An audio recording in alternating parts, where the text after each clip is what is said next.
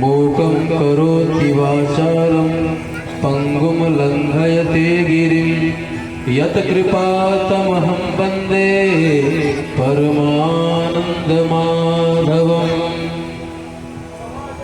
मनोजवं मारुततुल्यवेगं जितेन्द्रियं बुद्धिमतां वरिष्ठं वातात्मजं वानरयूथमुख्यं श्रीरामदूतं शरणं प्रपद्ये। अज्ञानतिमिरान्धस्य ज्ञानाञ्जनशलाकया चक्षुरुन्मीलितं येन तस्मै श्रीगुरुवे नमः।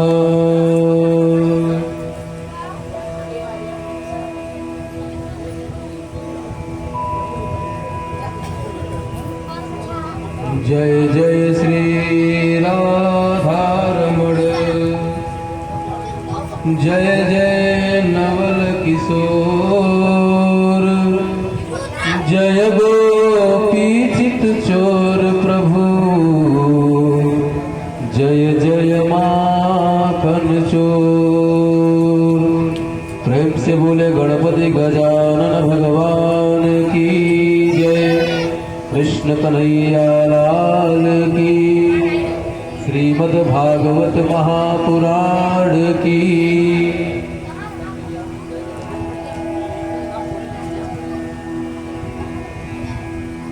जय हो। आज हम श्रीमद् भागवत महापुराण के द्वितीय दिवस में प्रवेश करेंगे। परम मंगलमय परात्पर अखिलेश्वर अकारण करुणा वरुणालय भक्तवांछा कल्पतरु तड़दित विनिंदित पीतांबरधारी श्री बालकृष्ण लाल की प्रत्यक्ष वांगमयी मूर्ति श्रीमद् भागवत महापुराण। ये कथा है क्या? ये सुनने से हमें प्राप्त क्या होता है, इसी का विवेचन महात्मा में किया गया है, जो कि कल हम महात्मा का श्रवण कर रहे थे। और इंद्र भगवान की इतनी बड़ी कृपा हुई कि बीच में ही कथा रोकनी पड़ी। बड़े कृपालु हैं इंद्र भगवान, वैसे नहीं बरसते, लेकिन जब पूजा होने लगती है तो बरसते हैं। भगवान की कथा को श्रवण करने से पहले अगर हमारा और आपका वाणी पवित्र होगा तो भगवान हमारे हृदय में जल्दी आकर के विराजमान हो जाते हैं। हमारे जो कर्ण है, जो दोनों कान हैं, ये पवित्र रहेंगे तो भगवान की बातें समझ में आएगी। आइए हम और आप सब मिल करके भगवान के चरणों में निवेदन करते हुए उनके नामों का उच्चारण करते हैं, नामों का जप करते हैं। सब लोग साथ में करेंगे।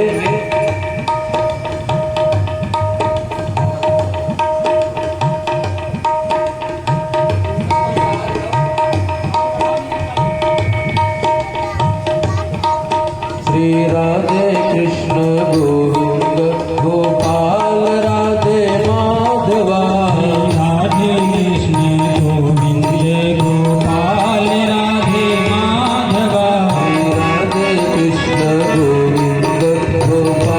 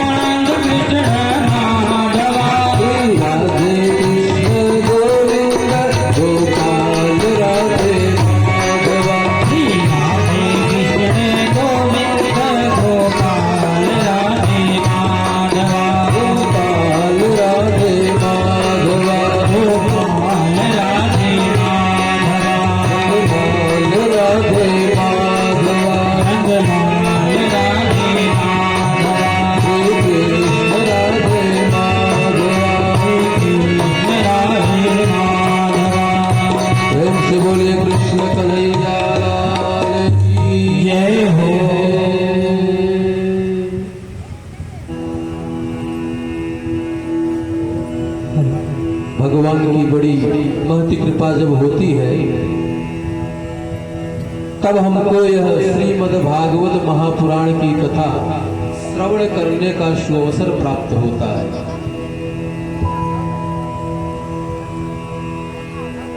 कल आप सब लोग सुन रहे थे कि आत्मदेव को एक भी संतान नहीं है और संतान न होने से उनको बहुत कष्ट था।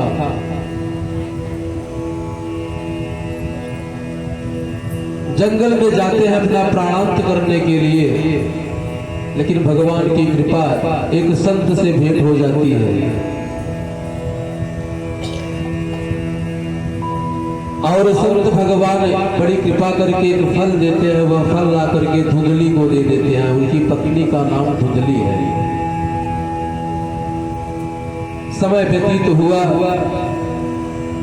तो धुंधली की जो बहन है उसको एक संतान प्राप्त होती है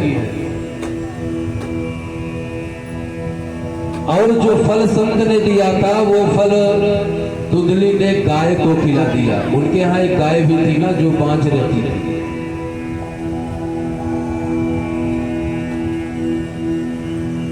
और उसके बाद उस गाय को भी एक पुत्र प्राप्त हुआ।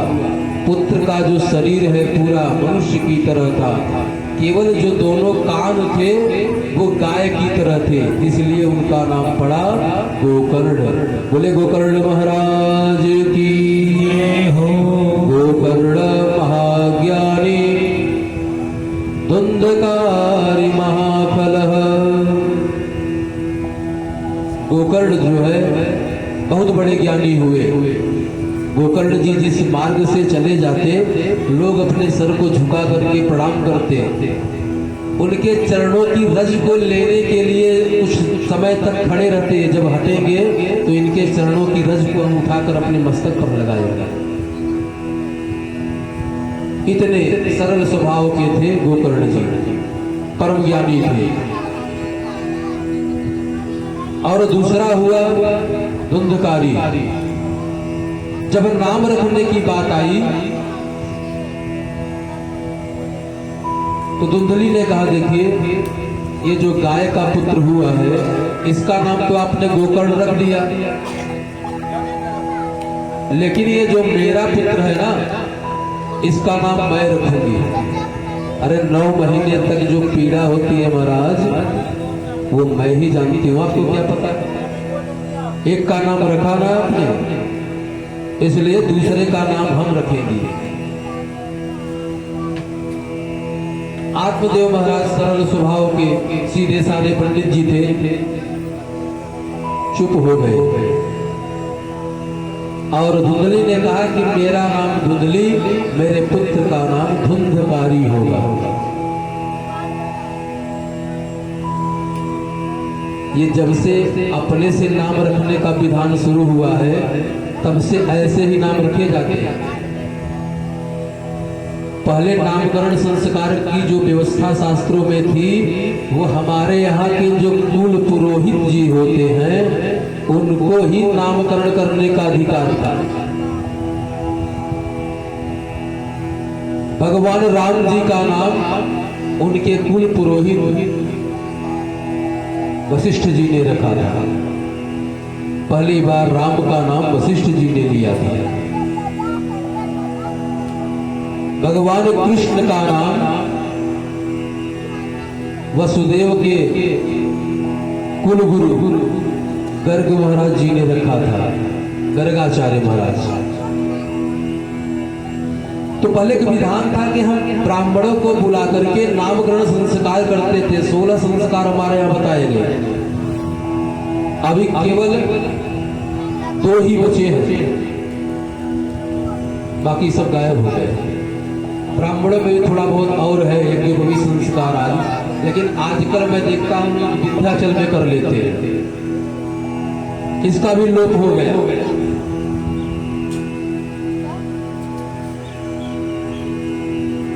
16 संस्कारों में एक पहला जो है एक नामकरण संस्कार है। सबसे पहला अन्नप्राशन होता है। अन्नप्राशन भी बालक जब पहली बार अन्न खाता है तो उसमें मीठा बनाया जाता है। अभी पता ही नहीं होगा कि अन्नप्राशन में क्या होता है। ब्राह्मण को अपने कुल पुरोहित को बुलाना चाहिए। जब बालक पैदा हो, छठे महीने में होता है, छठवें महीने में अपने कुल पुरोहित को बुलाइए, मांगलिक श्लोकों का गान कराते हुए मीठा खीर आदि उस बालक को स्पर्श कराइए उसके मुख से। धीरे धीरे संस्कार हमारे गायब होते जा रहे हैं, और जैसे जैसे संस्कार हमारे गायब हो रहे हैं वैसे वैसे हम बहुत पढ़े लिखे बनते जा रहे हैं। थोड़ा सा इंग्लिश किया गया, हमको समझ में नहीं आता हम कौन है, पागल हो जाते हैं। और इंग्लिश वाले जो है वो सोचते हैं कि ये जो हिंदी बोलते हैं ना ये मूर्ख है, इनको कुछ नहीं आता। जबकि इंग्लिश में एक सीमित शब्द है, लिमिटेड, बहुत कम शब्द है। इंग्लिश में अगर चाची को बुलाना हुआ आंटी, बुआ को बुलाना हुआ आंटी, मौसी को बुलाना हुआ आंटी। हाँ, ये सब आंटी ही है, शब्द ही नहीं उनके पास। और हमारे यहाँ एक नहीं अनेकों नाम है उसी पद के। अब मौसी के साथ जो हमारा व्यवहार रहेगा वही बुआ के साथ होगा, या हमारे पिताजी का जो व्यवहार मौसी के साथ होगा वो अपनी बहन के साथ वैसा व्यवहार होगा? नहीं होगा। लेकिन सब आंटी है। कहने का तात्पर्य यह है कि केवल इंग्लिश पढ़ने से व्यक्ति पढ़ा लिखा नहीं होता। जब हमारे संस्कार रहेंगे तो हम इंग्लिश पढ़े और चाहे फारसी पढ़ लें, लेकिन हमारा संस्कार हमेशा हमको यह सिखाएगा कि हमको अपने धर्म को, अपने जड़ को भूलना नहीं। हमारी जड़ है क्या, हम कहाँ से उत्पन्न हुए हैं, हमारी शाखाएं जो है वो क्या करती थी, हमारे खानदान कुल का क्या नियम था, पता ही नहीं। और जब पता नहीं होता है तो बच्चे कुमार्ग पर जाते हैं। उन्हीं के घर बच्चे जो है मिलेंगे शाम के समय में, जहां पर कलयुग का वास होता है, लाइन में दिखेंगे। तो नामकरण संस्कार हमको आपको अपने कुल पुरोहित से ही करानी चाहिए। और जब से ये संस्कार हमने छोड़ा तब से हम नाम रखने लगे, चिट्टू, मिंटू, पिंटू, अप्पू, पप्पू, क्या है ये सब?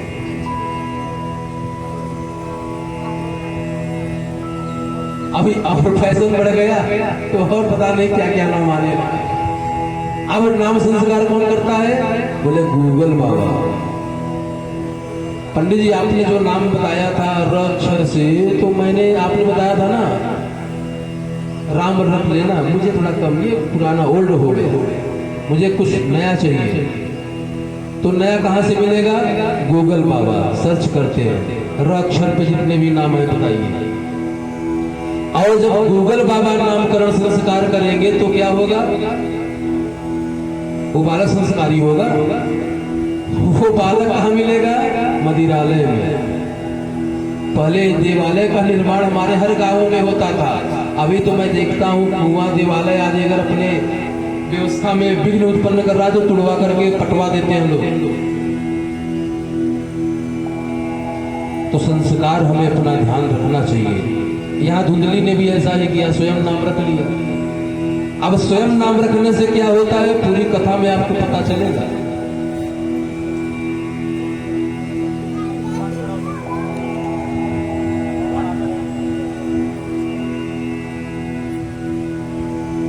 नामकरण होने के बाद अब धुंधकारी जिस मार्ग से निकल जाता तो दूर दूर तक कोई खड़ा नहीं होता था। बहुत दुष्ट है, बहुत नालायक है, इसके पास रहने से पाप लगेगा, बहुत पापी है।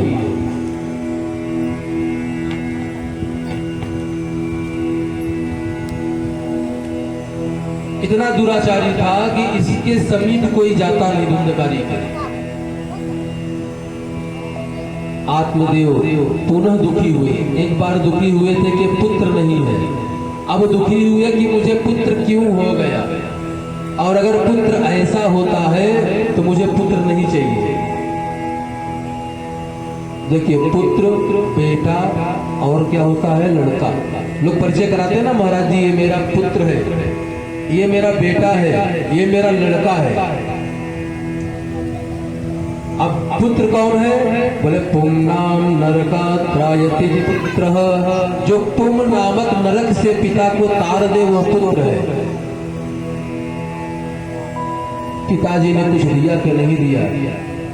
गांव समाज में उस पुत्र की अवहेलना करते जा रहे हैं। जो उसने किया नहीं है वह भी समाज में बता रहे कि उसने मेरे साथ ऐसा किया।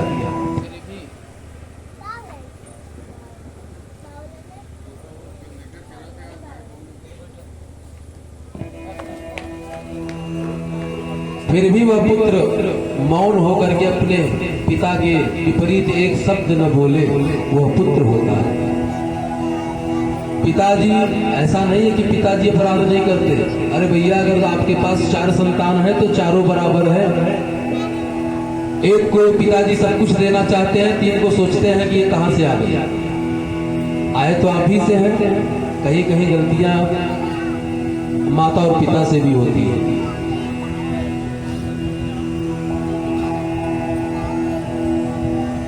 कहते हैं आत्मदेव कि मुझे पुत्र क्यों हो गया।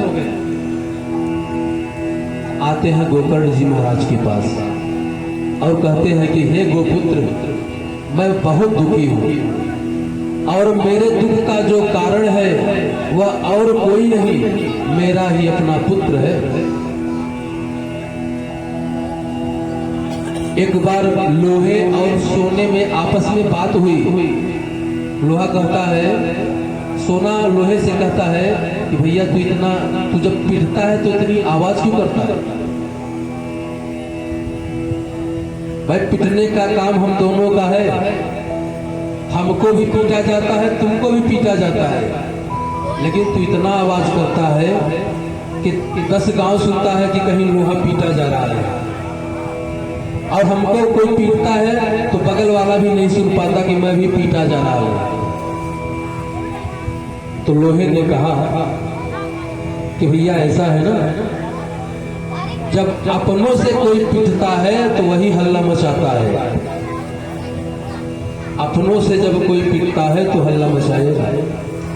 आपको पीटने वाला कोई दूसरा है, अर्थात आप लोहे की हथौड़ी से पीटे जाते हो और मैं लोहा हूं और लोहे से ही पीटा जाता हूं, इसलिए मैं हल्ला मचाता हूं। भैया, अपनों के द्वारा जो दिया जाता है कष्ट, वो व्यक्ति हल्ला मचाता है।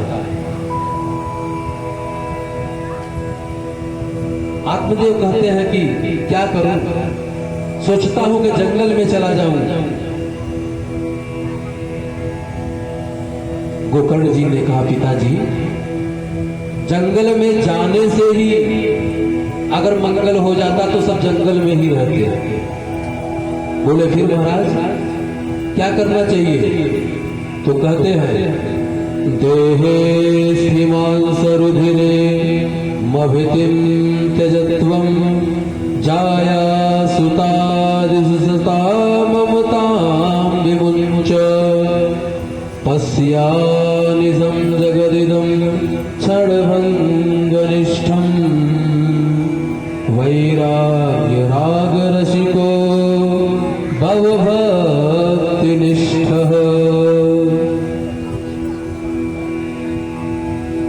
सबसे पहले पिताजी, ये जो देह का अभिमान है यह आप त्यागो। ये जो शरीर का हम अभिमान करते हैं इसको आप त्यागो। क्या हम आंखें हैं? इस शरीर का सबसे अनमोल अंग आंख होता है, तो क्या पिताजी हम आंख हैं?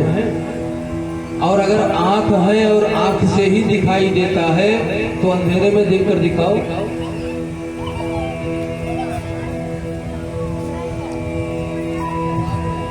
पिताजी हम न तो आंख है, न तो कान है,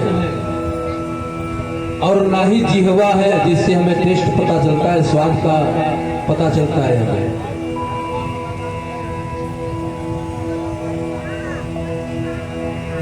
ये जो शरीर है ना पिताजी, इस शरीर के संबंध अनेकों होते हैं। इस शरीर को कोई पंडित जी बोल लो, कोई महाराज जी बोल लो, कोई जो नाम है वो नाम लेकर के बोल लो। जो भी संबंध जोड़ना है वो किससे जोड़ना है? इस शरीर से जोड़ना है। लेकिन आत्मा का संबंध तो पिताजी केवल और केवल परमात्मा से है, और किसी से आत्मा का संबंध नहीं होता।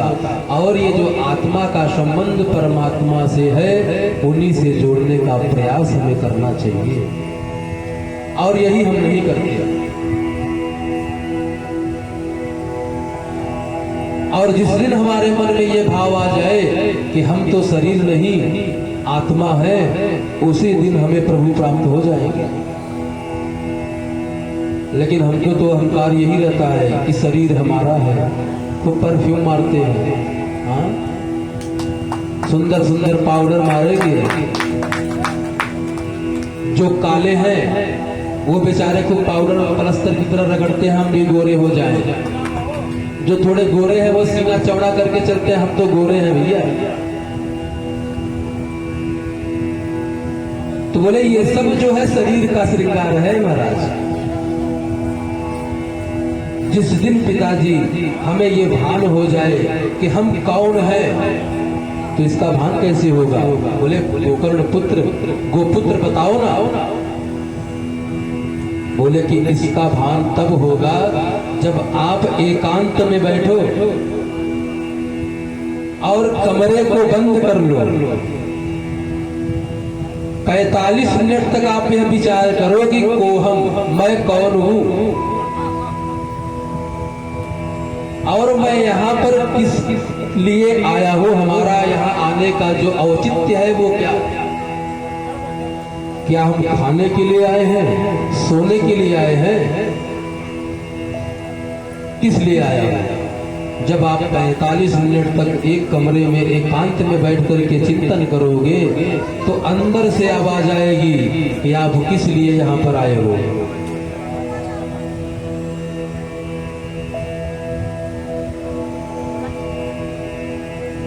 आप और हम यहाँ आए हैं तो केवल आत्मा को परमात्मा में विलीन करने के लिए ही आए हैं। तो ये कैसे होगा?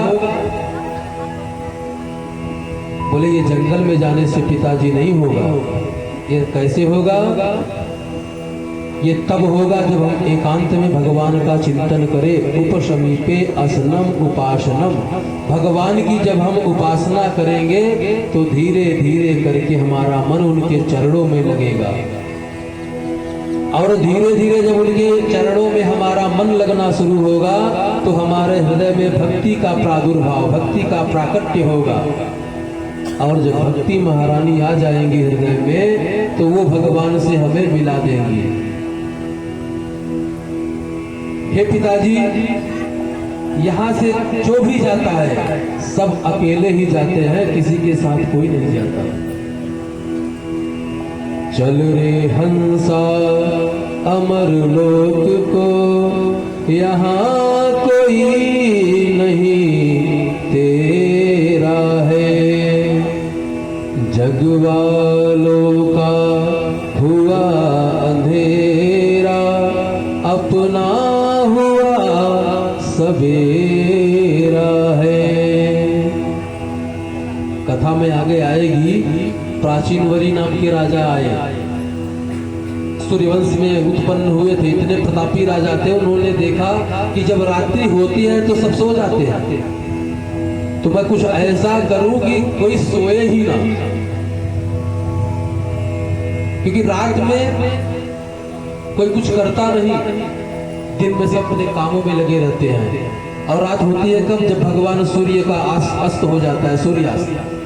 जब सूर्य अस्ताचल में जाते हैं तो रात्रि हो जाती है। उन्होंने एक रथ का निर्माण किया। वो रथ कैसा है? जैसे ही सूर्य भगवान पश्चिम दिशा में जाकर के डूबते, वैसे ही महाराज जी अपने रथ को लेकर के आ जाते। 6 महीने तक रात्रि हुई ही नहीं, सब लोग पागल हो गए।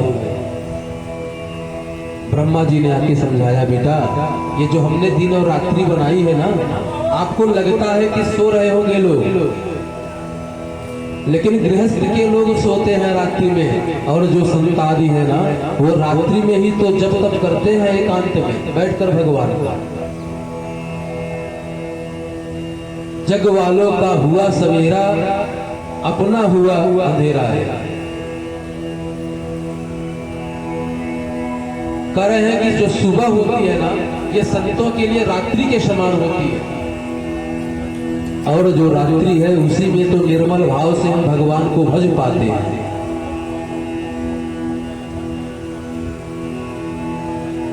करे पिताजी, ये जो मन है ना, ये मन को जो है अपने भगवान के चरणों में लगाओ। पिताजी ने कहा, बेटा मन जो है ना, ये अवस्था इतनी हो गई लेकिन रुकता नहीं है, बड़ा ही चंचल है ये मन। और यही दुखड़ा जो है अर्जुन भगवान कृष्ण के समक्ष रोते हैं कि प्रभु आप कह रहे हो मन लगाओ, मन लगाकर पूजा करो, मन लगा करके कोई भी काम करो, मन लगाओ, मन तो लगता ही नहीं, बड़ा चंचल है, बहुत ही प्रमाथी है महाराज।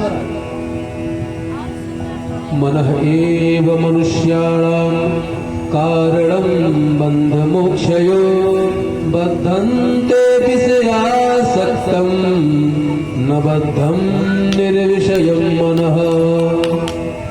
करे जो बंधन का कारक है ना पिताजी, मन ही है। मुक्ति क्या शरीर की होती है? नहीं, शरीर की 3 गति होती है। आत्मदेव जी ने पूछा, क्या क्या गति होती है बेटा? बोले पहली गति, अगर कोई मर गया उसको ऐसे ही फेंक दोगे तो उसको जंगली जानवर आदि खा जाएंगे। अगर मिट्टी में उसको गाड़ दिया तो मिट्टी हो जाएगा, अग्नि से जला दिया तो पिताजी वह राख हो जाएगी, पंचतत्व में विलीन हो जाएगा। लेकिन इस शरीर की मुक्ति का उपाय जो है ये मन से ही होता है। अब मन भगवान के चरणों में लगे कैसे, ये सुखदेव जी परीक्षित को बताएंगे। अभी आगे आएगा प्रश्न, कैसे भगवान के चरणों में हम मन लगाएंगे। कहते हैं कि मन ही तो जो है मनुष्यों के बंधन का जो कारण है वो मन ही है। और जिस मन जो निर्विषयी मन होता है, किसी प्रकार का विषय नहीं होता है, उसी को मुक्ति प्राप्त होती है। पिताजी बोले बस बस बेटा, बातें समझ में आ गई। और पिताजी चले गए जंगल में। इधर जब पिताजी जंगल में चले गए तो धुंधकारी बोला, भैया ये बता, पिताजी ने जो संपत्ति गाड़ी है किधर है, सब दे दे मुझे, नहीं तो मार डालूंगा तुझे। माता को लगा कि ये बहुत सताता है, तो एक दिन रात्रि में कुएं में जाकर के आत्महत्या कर लेती है।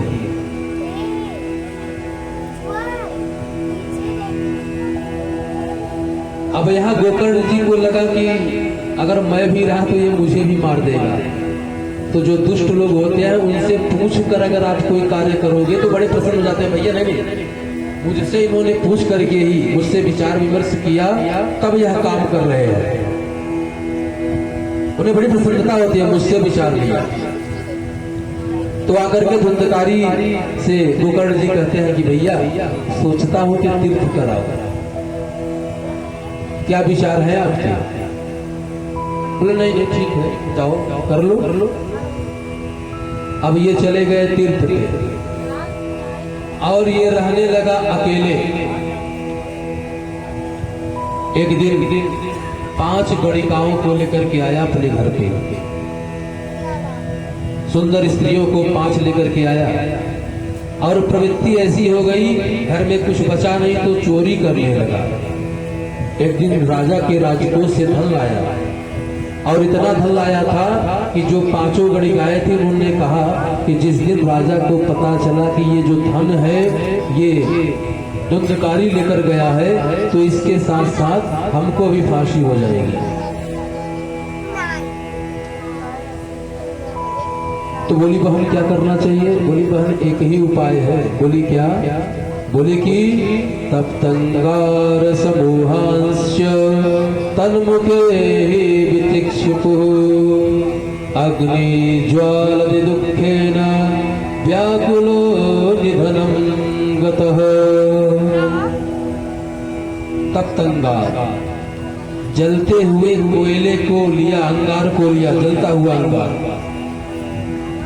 और ये धुंधकारी सो रहा था, जलता हुआ कोयला उसके मुंह में डाल दिया, और जैसे ही कोयला उसके मुंह से शरीर के अंदर प्रवेश करता है, उसकी अतड़ियां सब जल गई और उसका प्राणांत हो गया। प्राणांत होने के बाद गणिकाओं ने इसको जमीन में गाड़ दिया।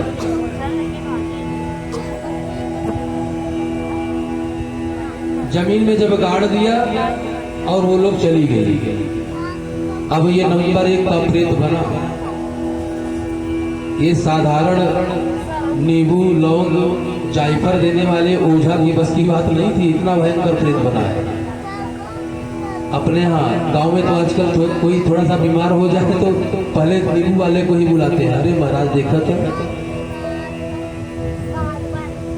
और ओझा है तो पता नहीं उसको सोखा आजकल बोलने लगे हैं। हाँ, वो है कौन? बोले जो 10 दिन नहाता नहीं, उसके ऊपर उसके देवता आते हैं और जायफल नींबू जहां काटा भैया बहुत टाप का सोखा है। बोले नंबर 1 का प्रेत बना है, ऐसे ऐसे सोखा को उलट देता है, इतना बड़ा प्रेत। गोकर्ण जी अपने घर पर आते हैं तो धुंधकारी उनको मिलता नहीं। सोचा कि हो सकता है कहीं चला गया। एक दिन गोकर्ण जी देखते हैं कि उनके सामने एक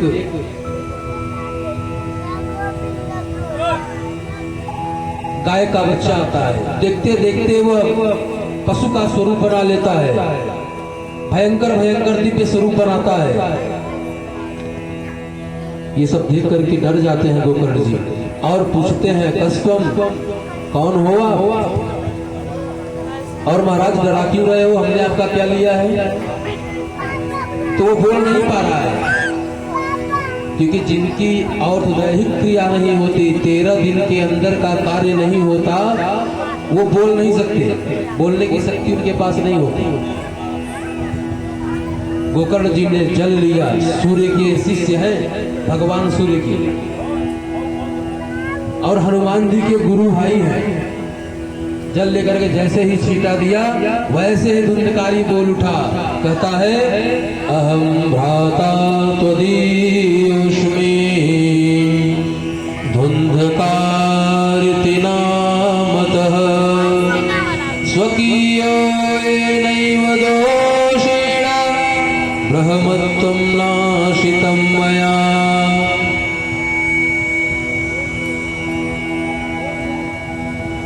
अहम भ्राता त्वदीयोऽस्मि, मैं आपका भाई हूं और मेरा नाम धुंधकारी है। अरे धुंधकारी भैया, और ये योनि आपको कैसे प्राप्त हो गई? बोले कि मेरी ही करनी थी भैया, मेरा जो ब्रह्मत्व था, जो ब्राह्मणत्व था, वो मेरा नष्ट हो गया, और जिनके चक्कर में हमने सब नष्ट किया था वही मेरे मृत्यु का कारण है। मैं आपका भाई धुंधकारी। बोले अरे भैया, जब मैंने सुना कि आपकी मृत्यु हो गई है तो क्या किया था, मैं उस समय गया में था। लोगों ने मुझे बताया कि धुंधकारी की मृत्यु हो गई है, मुझे विश्वास नहीं था, फिर भी हमने क्या किया, गया श्राद्धे सतेनापि मुक्तिर्मे न भविष्यति। बोले गया में हमने आपका श्राद्ध किया था। बोला सुनिए महाराज, नंबर 1 का प्रेत हूं, ऐसे थोड़ी ना शांति मिलेगी मुझे। एक नहीं, गया में 100 बार आप जाओ, मेरा श्राद्ध कर दो, मुझे मुक्ति नहीं मिलेगी। बोले फिर क्या करना चाहिए? हमारे यहाँ तो गया जाना ही सबसे सर्वोत्तम साधन माना जाता है महाराज। अब क्या करें, गया जाने के बाद मुक्ति नहीं मिली। बोले भैया मुझे नहीं मालूम, आप जैसा धर्मात्मा मेरा भाई हो और मैं इस प्रेत योनि में पड़ा रहूं, ये उचित नहीं भैया, मेरा उपाय कुछ करो आप। इतने प्रेम से कहता है तो धुंधकारी को ये सब उसके मुख से सुनकर गोकर्ण जी को बड़ी दया आती है धुंधकारी के ऊपर। गोकर्ण जी सोचते हैं क्या ऐसा करूं कि जिससे इसकी मुक्ति शीघ्र से शीघ्र जल्दी से जल्दी हो जाए। अपने गुरुदेव को याद करते हैं, हे गुरुजी अब आप ही बताओ कोई ऐसा उपाय जिससे कि ये मेरा भाई जो धुंधकारी है ये मुक्त हो जाए। तो भगवान सूर्य कहते हैं श्रीमद्भागवतान् मुक्ति सप्ताहं वाचनम कुरु। कहते हैं कि श्रीमद् भागवत महापुराण का वाचन करो गोकर्ण जी। इसका वाचन करने से क्या होगा? बोले इसका वाचन करोगे तो वह मुक्त हो जाएगा। ये सुन करके गोकर्ण जी ने व्यवस्था बनाई श्रीमद् भागवत महापुराण की।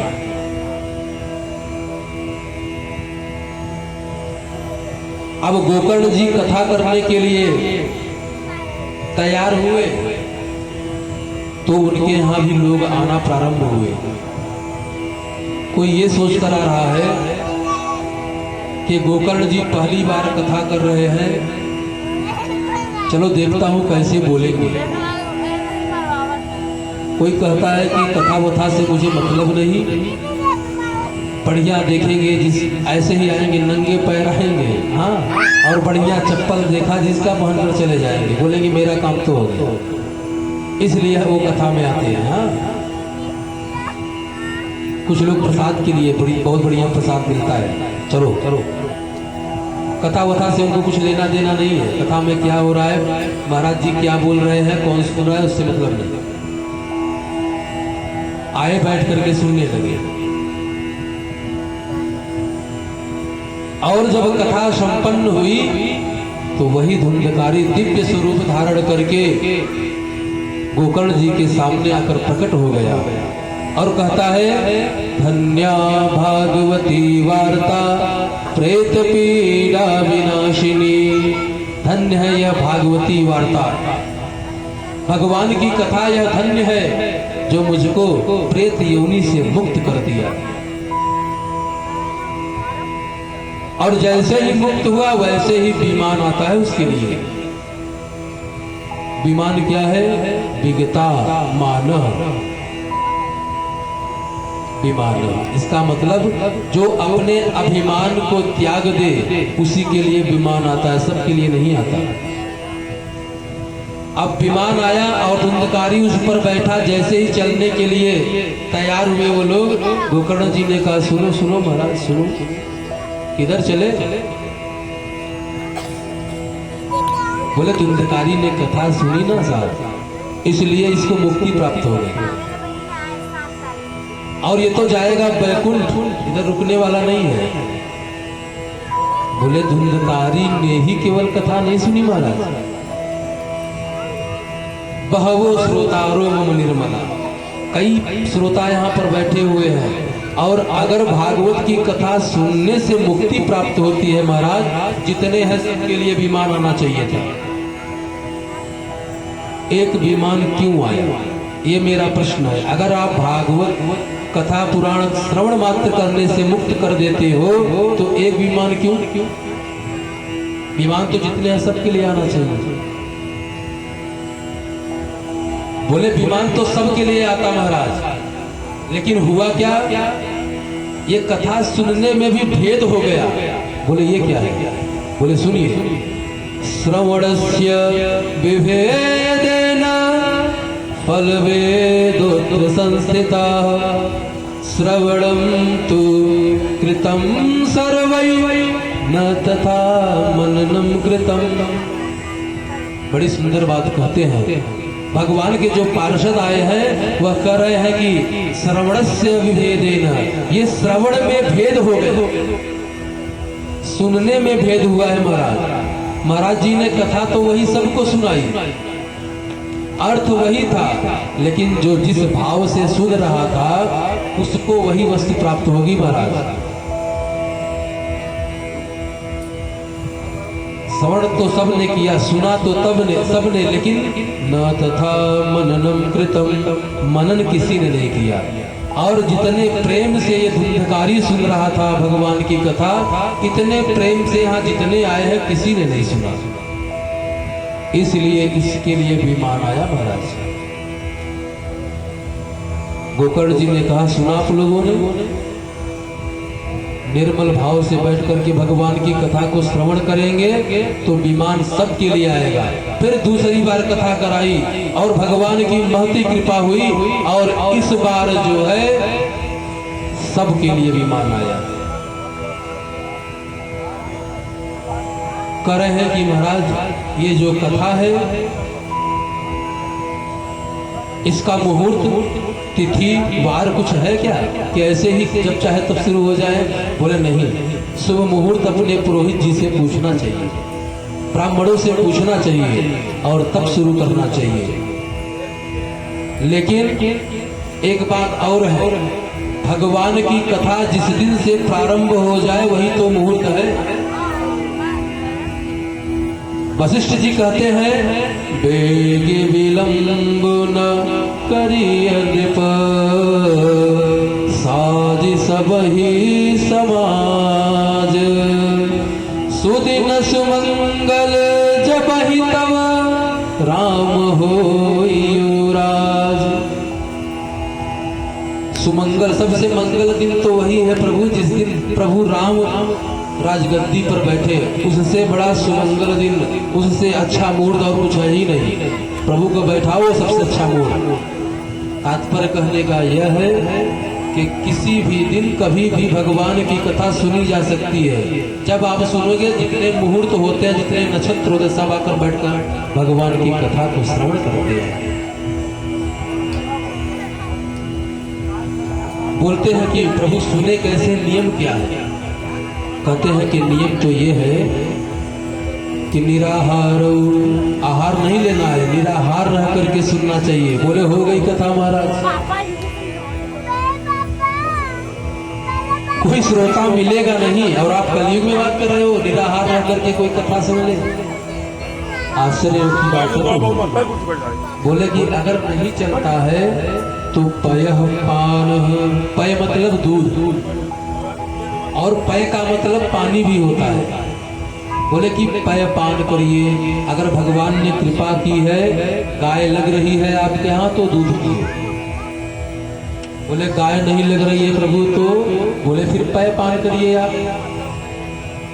पय मतलब पानी, थोड़ा सा शक्कर डाल के पी लो, शरबत बना के। बोले महाराज जी डायबिटीज है, डॉक्टर साहब सब मना करते हैं। हाँ, शक्कर पीने की बात कर रहे हो, सूंघने के लिए मना है।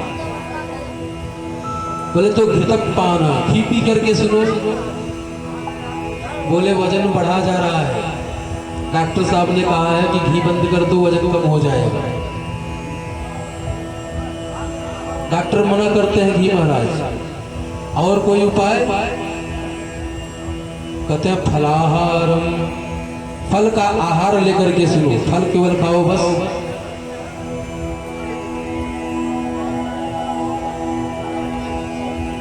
बोले केवल फल से काम ना चले तो बोले फूलाहारम, खूब खाओ, जो इच्छा हो वो खाओ, सात्विक वस्तु होनी चाहिए बस। सात्विक वस्तु का सेवन आप कर सकते हो, खूब पेट भर के खाओ, लेकिन उतना ही खाइए इतना। भोजनम तो वरम मन्ये कथा श्रवण कारकम, नोपवासो वर प्रोक्त कथा विघ्न करो यदि। भोजन आपको उतना ही करना है जिससे कथा में विघ्न उत्पन्न ना हो। ऐसा ना हो कि आप खा पी करके खूब बैठ गए और पंडित जी महाराज जी कथा सुना रहे हैं, तब तक महाराज जी आता हूँ जरा 1 मिनट रुकिएगा। महाराज जी बढ़ गया है, शरबत ज्यादा ले लिया हूँ, तो कथा में विघ्न उत्पन्न ना हो, आप खूब खा करके सुनो कथा। बोले महाराज खर्चा कितना आएगा, पहले खर्चा पूछते हैं से कितने तक में हो जाएगी भागवत कथा। बोले भैया खर्चा तो सुनिश्चित नहीं है, लेकिन आप सुनिए, विवाहे यादृशं वित्तम तादृशं परिकल्पयेत्। जिस प्रकार से हम विवाह करते हैं, तो विवाह में हम जितना अपना व्यवस्था बनाकर बैठते हैं कि इतने में ही हम विवाह करेंगे, उससे ज्यादा पैसा खर्च होता है। कहाँ से आता है, कैसे आता है, ये सब नारायण जाने। लेकिन कोई भी ऐसा व्यक्ति नहीं है जो ये बता दे कि हमने विवाह में इतना पैसा अपना जुटाया था और उतने में ही कर लिया। करें विवाहे या दिसम वित्तम, जिस प्रकार से हम विवाह के उत्सव में पैसा खर्च करते हैं, तादृशम परिकल्पयेत्, परिकल्पना वैसी ही करनी चाहिए महाराज, तब कथा हो पाती है, और अन्यथा कथा हो नहीं पाती, विघ्न उत्पन्न हो जाता है।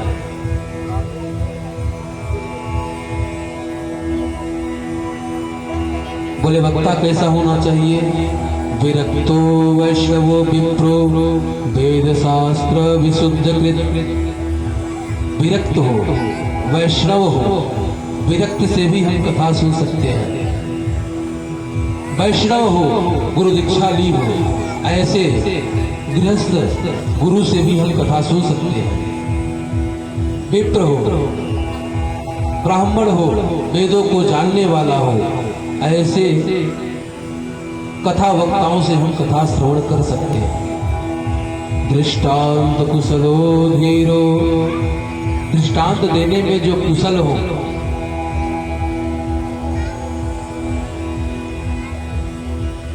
ऐसे वक्ता होने चाहिए। सूत जी कहते हैं ऋषियों से कि महाराज ये जो रस है ना, ये रस केवल और केवल पृथ्वी लोकवासियों को ही प्राप्त है, इंद्र को नहीं मिला। काट के भगा दिया ना सुखदेव जी ने, इंद्र बेचारा नहीं पाया ये कथा। और क्या आपको लगता है वैकुंठ में है? नहीं, ये जो कथा रूपी अमृत रस है ना, ये केवल पृथ्वी पर है। कहते हैं स्वर्गे सत्ये च कैलासे वैकुंठे नास्त्ययं रसः अतः पिबन्तु सद्भाग्या मामुञ्च करहिचित्। स्वर्गे, स्वर्ग में नहीं है ये कथामृत, सत्यलोक वहां भी नहीं है, कैलाश में भी नहीं है। भगवान शिव जी जहाँ रहते हैं, वैकुंठ नास्त अयम रस, यह रस वैकुंठ में भी नहीं है महाराज। हम पृथ्वीवासी कितने भाग्यशाली हैं जो हमको ये रस पान करने का सुअवसर प्राप्त हुआ। भगवान राम जी अपनी लीला को संपन्न करके जब जाने लगे, तो हनुमान जी से कहा चलोगे नहीं आप? चलो हम सब साकेत चलते हैं, वैकुंठ चलते हैं। हनुमान जी ने कहा कि प्रभु क्या क्या वहां मिलेगा, क्या क्या हमको प्राप्त होगा? कहते हैं वहां हम रहेंगे, 24 घंटे आपको दर्शन देंगे महाराज।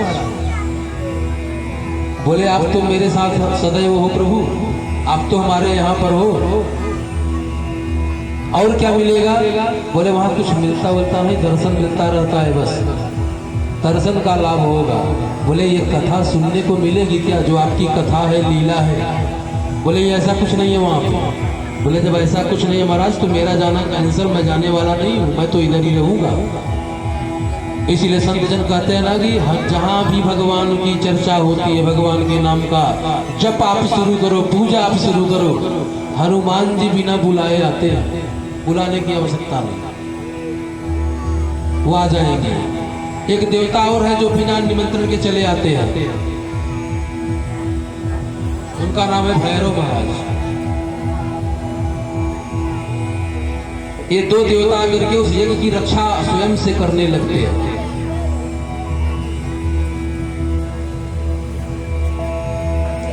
तो हनुमान जी वहां पर गए नहीं।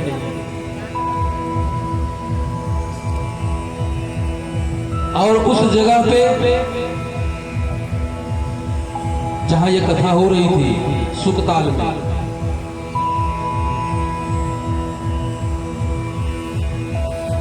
ये सनत सनंदन सनातन सनत कुमार जी की कथा है। ये कहाँ हो रही थी? हरिद्वार में।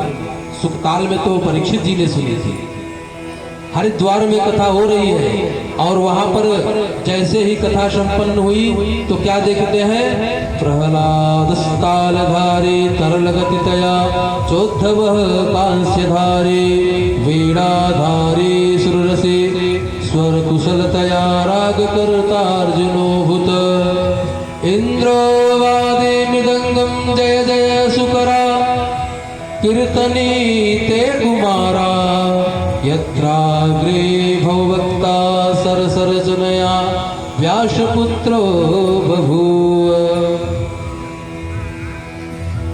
कहते हैं कि जब कथा संपन्नता की ओर बढ़ने लगी तब तक वहां पर प्रहलाद जी ताली को बजाते हुए प्रकट हो गए।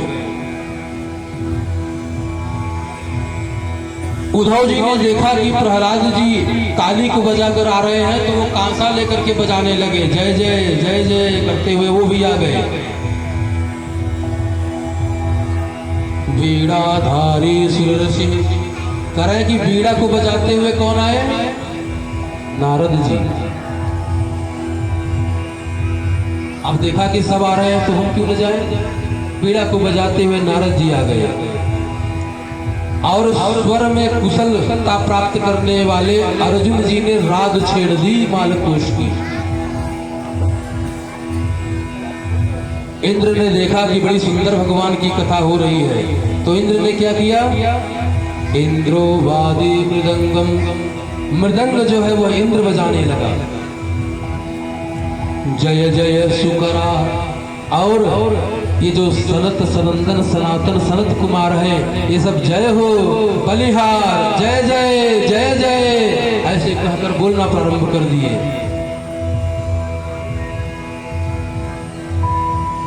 और जितने भी लोग वहां खड़े थे सबके हृदय से एक आवाज निकल पड़ी। सब लोग भगवान की कीर्ति को गाना प्रारंभ कर दिए।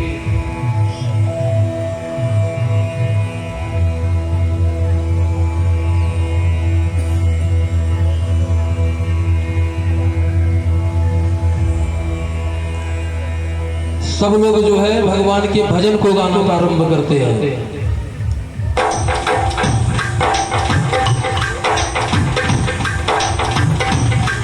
तेरी पार करेंगे नैया भज कृष्ण कन्हैया।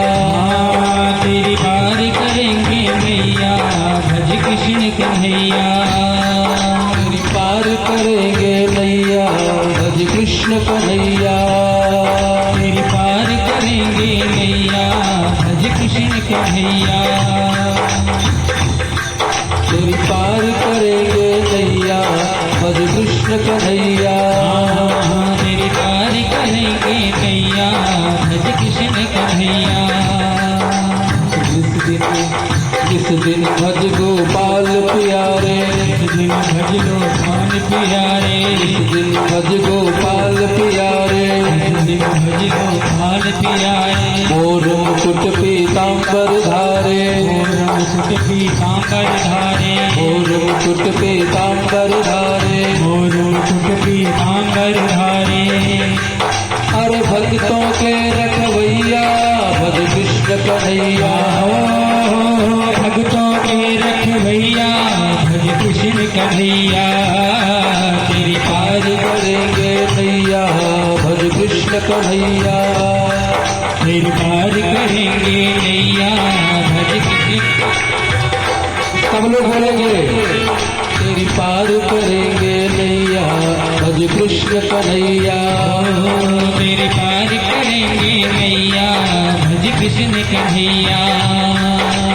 अर्जुन के हित रथ को हाका, अर्जुन के हित रथ को हाका, अर्जुन के हित रथ को हाका, अर्जुन के हित रथ को हाका। कांवरिया गिरधारी बांका, कांवरिया गिरधारी बांका, कांवरिया गिरधारी बांका, कांवरिया गिरधारी बांका। और गीता ज्ञान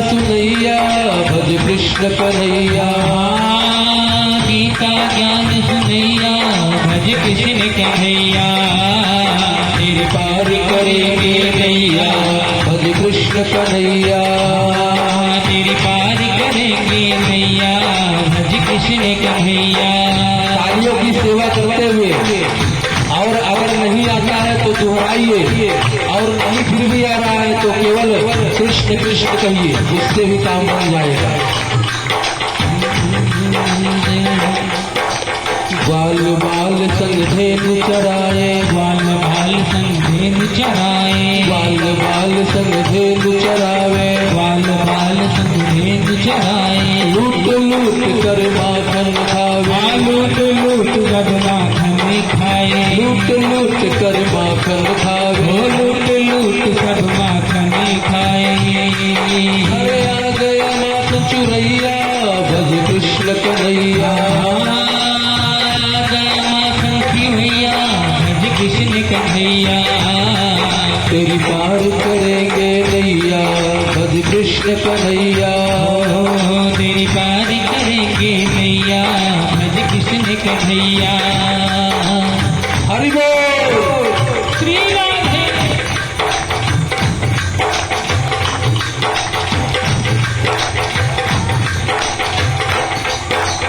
हरि सभा में द्रुपद दुलारी हरि सभा में द्रुपद दुलारी हरि सभा में द्रुपद दुलारी हरि सभा में द्रुपद दुलारी हरि सभा में द्रुपद दुलारी हरि सभा में द्रुपद दुलारी हे माधव को तूने पुकारी हे माधव को तूने पुकारी आगे तीर बढ़ैया भज कृष्ण कन्हैया चीर बढ़ैया भज कृष्ण कन्हैया तेरी पार करेंगे नैया भज कृष्ण कन्हैया हाँ तेरी पार करेंगे नैया भज कृष्ण कन्हैया। भक्त सुदामा चावल लाए भक्त सुदामा चावल लाए भक्त सुदामा चावल लाए भक्त सुदामा चावल लाए प्रेम सहित हरि भोग लगाए प्रेम सहित हरि भोग लगाए प्रेम सहित हरि भोग लगाए प्रेम सहित हरि भोग लगाए। अरे कह कर भैया भैया कन्हैया जय हो हाँ कह कर भैया भैया भज कृष्ण कन्हैया तेरी पार करेंगे नैया भज कृष्ण कन्हैया हरि बोल तेरी पार करेंगे नैया भज कृष्ण कन्हैया तेरी पार करेंगे नैया भज कृष्ण कन्हैया हाँ तेरी पार करेंगे नैया भज कृष्ण कन्हैया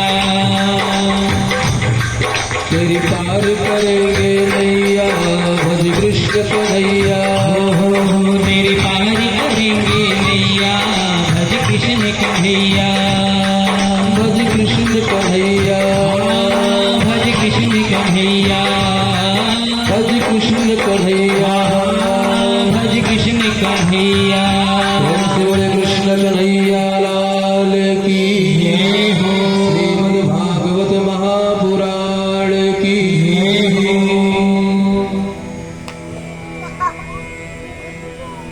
महात्मा सुनने का केवल यही तात्पर्य है कि भगवान की कथा का महत्व क्या है, इसको करने से क्या प्राप्त होता है और प्रभु हमें क्या क्या दे देते हैं, ये महात्मा है।